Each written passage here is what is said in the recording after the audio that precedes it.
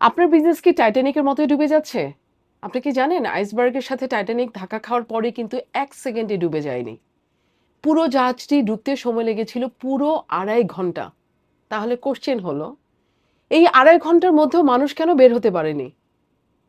আসলে মানুষ বিশ্বাসই করতে পারছিল না এত শক্তিশালী বিশাল জাহাজ কখনো ডুবে যেতে পারে। ঠিক একইভাবে আমাদের দেশের অফলাইন এবং ট্রেডিশনাল বিজনেসেরও একই অবস্থা হচ্ছে।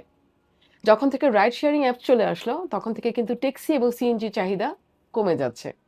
যখন থেকে গ্রোসারি অনলাইন শপ শুরু হয়ে গেল, আমাদের চারপাশের মুদির দোকানের চাহিদা কমে যাচ্ছে। যখন থেকে অনলাইনে ফুড ডেলিভারি অ্যাপস আসলো, তখন রেস্টুরেন্টের কাস্টমারদেরকে টেনে নিয়ে যাচ্ছে। আপনার বিজনেসেরও শেষ কম্পার্টমেন্টে কিন্তু পানি ঢুকে যাচ্ছে। আপনি কি টের পাচ্ছেন? তাহলে এখন আপনার করণীয় কি? আপনার বিজনেস প্রোফাইলকে এখনই গুগল বিজনেস প্রোফাইলে রেজিস্টার করুন। নিয়মিত ছবি আপলোড দিন।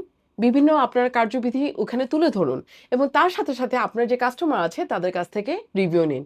গেল তো গুগল, দেন চলে আসে সোশ্যাল মিডিয়া প্ল্যাটফর্ম। ফেসবুক এবং ইনস্টাগ্রামে আপনি রেগুলার রিলস পোস্ট করতে থাকুন। আপনার কাস্টমারদেরকে রিভিউ নেন। একটা অথেন্টিক সোশ্যাল প্ল্যাটফর্মে পরিণত করুন।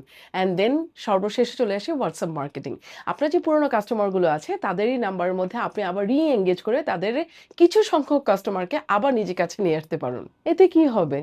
ধরুন আপনার শপে দৈনিক ২০ জন কাস্টমার আসে। যারা আপনাকে চিনে জানে তারাই হয়তোবা আপনার শপ থেকে পারচেজ নিয়মিত করছে। বাট আপনি অনলাইন প্রেজেন্স বাড়ানোর মাধ্যমে এরকমও হতে পারে আপনি পুরো শহরকে টার্গেট করতে পারেন। ১ সপ্তাহ পরে দেখবেন আপনার কাস্টমার হচ্ছে ১০০।